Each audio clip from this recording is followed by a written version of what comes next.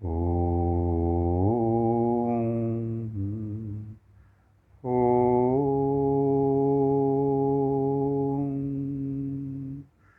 ॐ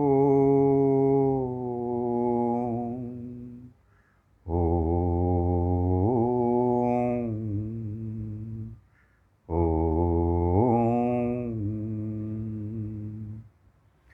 जय सिया राम, जय जय सिया राम, जय सिया राम, जय जय सिया राम। श्री रामचरितमानस गान मास पारायण 21वां दिवस विश्राम। तत्पश्चात 22वें दिवस में आज अरण्य कांड में प्रवेश। जय सिया राम, जय जय सिया राम। आपने हमारे साथ जय सिया राम किया? नहीं किया तो अब कर लीजिए। जय सिया राम, जय जय सिया राम। ओमकार जब कुछ पल किया? नहीं किया तो चलिए हम फिर से करेंगे, लेकिन अभी नहीं। अभी तो 22वें दिवस के आरंभ में जो संबोधन हमारा होगा, उसके विचार बिंदु आपके समक्ष हम रखेंगे। और 21वें दिवस अयोध्या कांड में श्री रामचरितमानस का जो हमने गान किया, जो हमने पाठ किया, उसका सार संक्षेप आपके समक्ष रखेंगे। श्री रामचरितमानस में अयोध्या कांड में हमारा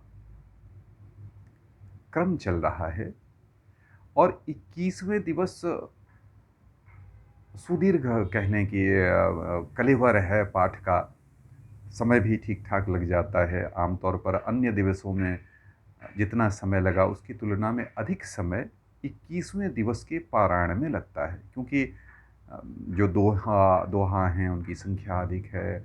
और यह जो सार संक्षेप आपके समक्ष रखना चाहूँ तो 3 बिंदु मुख्य हैं। एक बिंदु कोरोना काल है। कोरोना काल में हम किस तरह अपने तन को सुरक्षित रखें, अपने जीवन को सुरक्षित रखें, अपने परिजनों को सुरक्षित रखें, उसका सूत्र ढूंढते हुए गुप्त नवरात्रि पर हमने श्री रामचरितमानस पारायण का क्रम शुरू किया था। और मानस में जो उपाय बताए गए हैं वह आपके समक्ष रखते चले जा रहे हैं। प्रथम बिंदु यह है कि कोरोना काल में माँ तुलसी का आपने उपयोग किया या नहीं किया। तुलसी बिरवा की, तुलसी पौधे की, तुलसी वृक्ष की और तुलसी तरुवर की चर्चा मुझे 21वें दिवस के पारायण में मिल रही है। और आपका ध्यान वहीं आकृष्ट करना चाहूँगा, ठीक उसी पंक्ति पर। जब आप 21वें दिवस का पारायण शुरू करते हैं तो जो पहला दोहा 237 नंबर आएगा, दोहा संख्या 237, वहीं पर उससे पहले भगवती तुलसी का प्रयोग आपको मिलेगा। पंक्ति आपको सुनाता हूं। तुलसी तरुवर विविध सुहाए, तुलसी तरुवर विविध सुहाए, कहूँ कहूँ सियंग, कहूँ लखन लगाए। चित्रकूट धाम में जहाँ पर राम जी की पर्णशाला है, वहाँ पर वेदी है, विशाल वृक्ष के नीचे अवस्थित है और वहाँ पर तुलसी तरुवर विराजमान हैं। यह बहुत बड़ा संकेत है आपके लिए। तुलसी की महिमा से हम आप परिचित हैं। हमारे आपके घर में तुलसी होनी चाहिए। और यह तुलसी किस रूप में संपूर्ण भारतवर्ष में प्रसारित हुई है, प्रचारित की गई है और उसका उपयोग जन जन को सिखाया गया है, यह है वो महत्वपूर्ण बिंदु जहां हम आपको लाना चाहते हैं। 22वें दिवस का सार यदि हम भगवती तुलसी के इस प्रयोग को माने तो अतिशयोक्ति नहीं होगी। तुलसी विविध प्रकार की होती है। पंच तुलसी, 5 प्रकार की तुलसी का प्रयोग, 5 प्रकार की तुलसी। और यदि आप भगवान विष्णु के उपासक हैं, चरणोदक नित्य प्रति भगवती तुलसी का ले रहे हैं तो आपका आयुष्य, आपकी आयु, आपका आरोग्य निश्चित रूप से अन्य लोगों की तुलना में बेहतर है। यह मैं अपने अनुभव से कह रहा हूं। तुलसी का किसी भी रूप में आपके जीवन में प्रयोग है तो आप सभी का स्वास्थ्य अन्य लोगों की तुलना में बढ़िया रहेगा, यह वचन दे रहा हूं आपको। और तुलसी का प्रचार श्री राम, भगवती सीता, भैया लखनलाल के माध्यम से कैसे हुआ, इसका उल्लेख कर रहे हैं गोस्वामी तुलसीदास आज से 400-500 वर्ष पहले। तुलसी तरुवर विविध सुहाए, कहूं कहूं सियंग, कहूं लखन लगाए।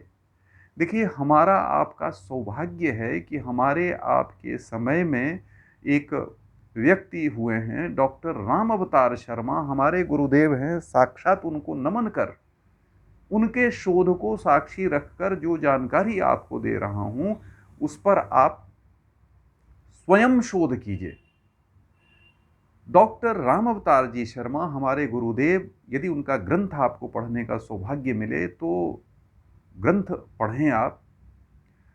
इस ग्रंथ में आपको भगवान राम के 290 तीर्थों की ही जानकारी नहीं मिलेगी, राम जी और जानकी जी ने किन किन स्थानों पर वनवासियों को क्या क्या शिक्षा दी, इसकी भी जानकारी आपको मिलेगी। कहने का तात्पर्य, भगवान वाल्मीकि के समय में राम जी का नर लीला इस धराधाम पर घटित हुआ त्रेता युग में। उसके बाद से राम जी की कथा कही जानी सुनी जाने लगी और उस क्रम में जो वन प्रसंग हुआ उसमें भगवती जानकी तुलसी जी को प्रचारित प्रसारित करती रही। क्यों? क्योंकि तुलसी औषधीय महत्व का एक ऐसा कह लें कि हमारे पास भारतीय सनातन भारतीय संस्कृति के प्रचार प्रसार का साधन है, जिसका उपयोग हमारे संतों ने, ऋषियों ने, मुनियों ने विभिन्न कालखंडों में किया है। और हम आज भी तुलसी का उपयोग सीख लें, तुलसी का उपयोग अपने दैनिक जीवन में रखें तो किसी तुच्छ कोरोना से डरने की आवश्यकता नहीं है। ये वचन दे रहा आपको। अपने जीवन में तुलसी को स्थान दीजिए। तुलसी आपके घर आंगन में होनी चाहिए। देखिए, लंका में जब राम जी के आदेश पर कृपा निधि हनुमान जी पहुंचते हैं तो वहां पर विभीषण जी का एकमात्र घर मिलता है जहां तुलसी का पौधा मिलता है। यह प्रसंग आपको बता रहा हूं, ढूंढिए उस दोहे को। रामायुध अंकित गृह, यहीं से शुरू होता है। नव तुलसी का वृंद दल, देखकर हरख कपिराय। हनुमान जी को प्रसन्नता होती है कि पूरी लंका में अकेला ये घर है जहां तुलसी, नव तुलसी के वृंद दल हैं।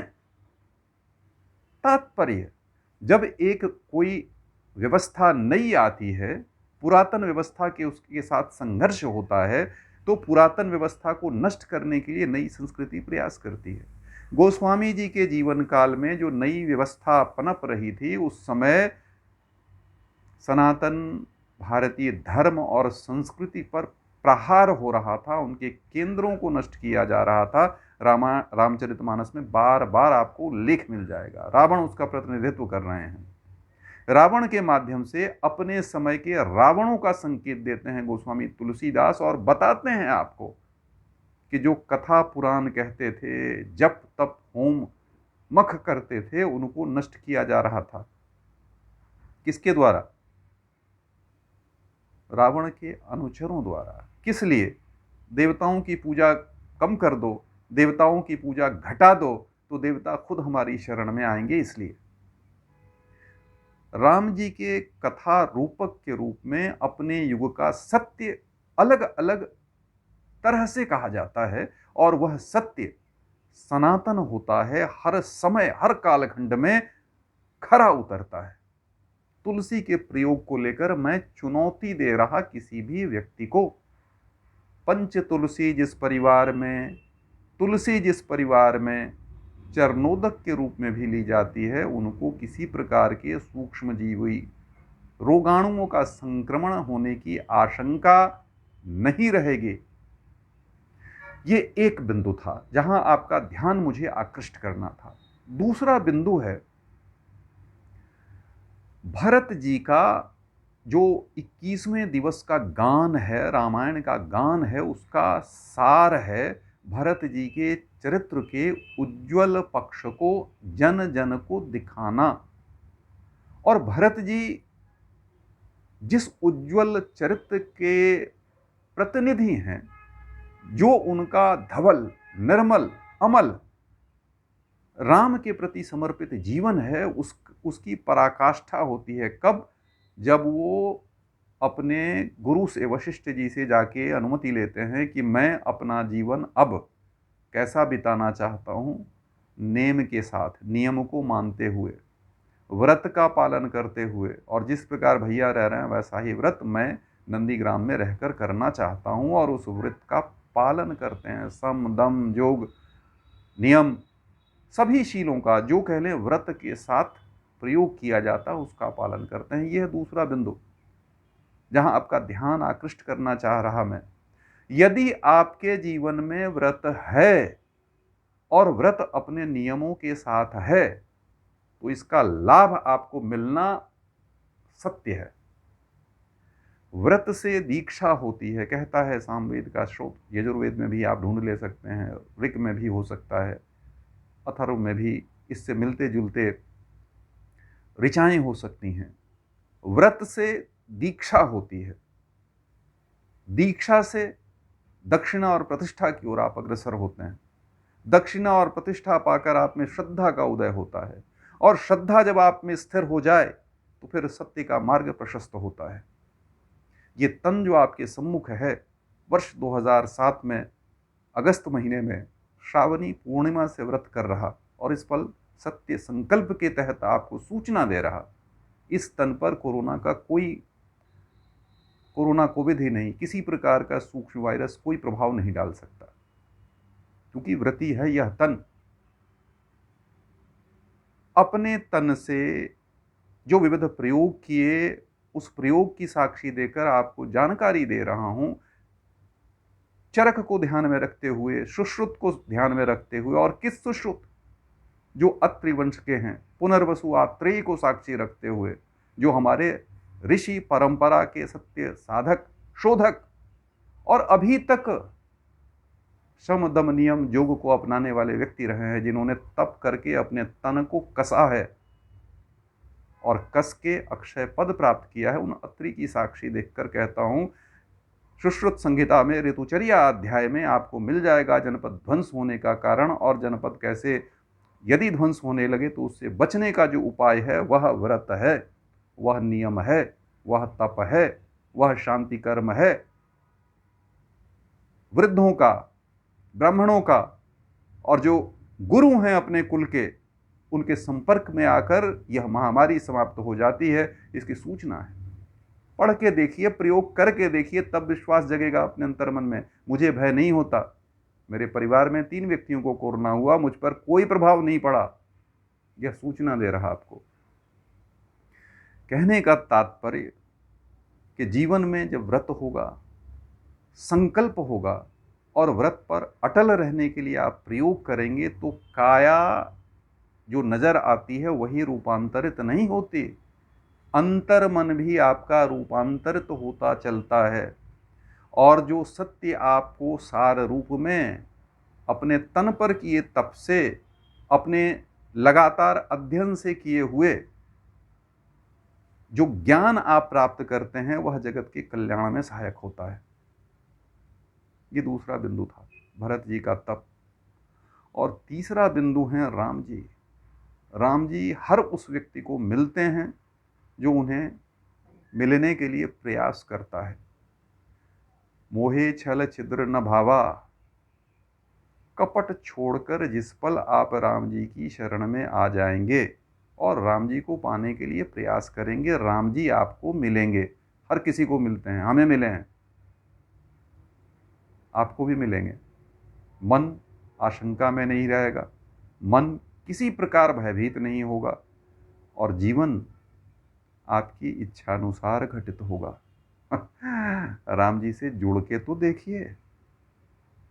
इसका मतलब ये मत समझिए कि जीवन में बाधाएं नहीं आएंगी, संघर्ष नहीं करना पड़ेगा, लेकिन अंत अंत तक विजय आपकी होगी। जैसा आप चाहेंगे वैसा घटित होगा जीवन में।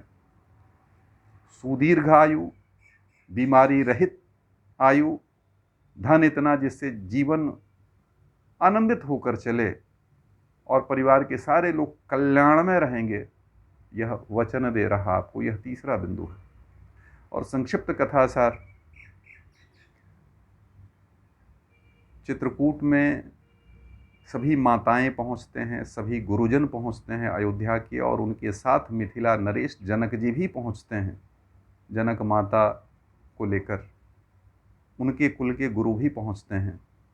चित्रकूट में 21वें दिन का पारायण वह कथा स्थल है जहां विभिन्न प्रकार के दोनों कुल के वरिष्ठ लोग पहुंचे हैं। जो जंगल समाज के लोग हैं, वन समाज के रहने वाले कोल, किरात, किन्नर, भिल्ल आदि आदि जो भी हो सकते हैं, केवट, वो सारे एक जगह पर एकत्रित हुए हैं। सबका सम्मिलन हुआ है और उस सम्मिलन के पश्चात दोनों भाइयों के बीच में वार्ता हुई है। भरत चरित्र का गान हुआ है। उज्ज्वल चरित्र के धनी भरत जी राम जी के प्रति पूर्ण अनुरक्त हैं, समर्पित हैं, और भरत जी के चरित्र का जो गान करता है उसके जीवन में सुख ही सुख रहता है। यही सार है 21वें दिवस के पारायण का। बस यहीं पर आपसे श्री राम नाम संकीर्तन के साथ और 3 बार ओंकार ध्वनि के प्रयोग के साथ विदा लेना चाहूँगा। ओंकार को अपने जीवन में प्राणों के साथ जब आप जोड़ते हैं तो प्राण का नियमन होता है। इसीलिए जो आरंभिक संबोधन है उसमें मैं ओंकार 2-3 बार अवश्य करता हूँ, आपसे करने का आग्रह करता हूँ। और राम जी से जुड़ना हमारा लक्ष्य है। प्राण नियमन के लिए ओंकार और राम नाम संकीर्तन, उसके बाद विराम। 3 ओंकार कम से कम, और उसके बाद राम नाम संकीर्तन। गहरी सांस लीजिए, ओंकार ध्वनि में अपने आप को निमज्जित कीजिए। ओ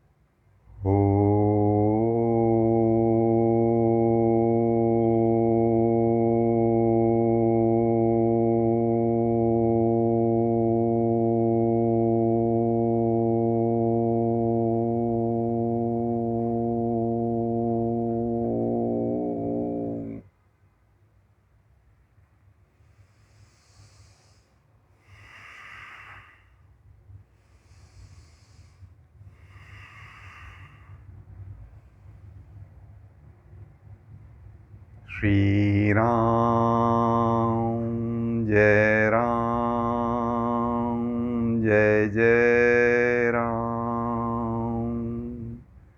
श्री राम जय राम जय जय राम। श्री राम जय राम जय जय राम। श्री राम जय राम जय सिया राम। श्री राम जय राम जय सिया राम। जय सिया राम जय जय सिया राम। श्री राम जय जय राम, जय सिया राम, जय जय सिया राम।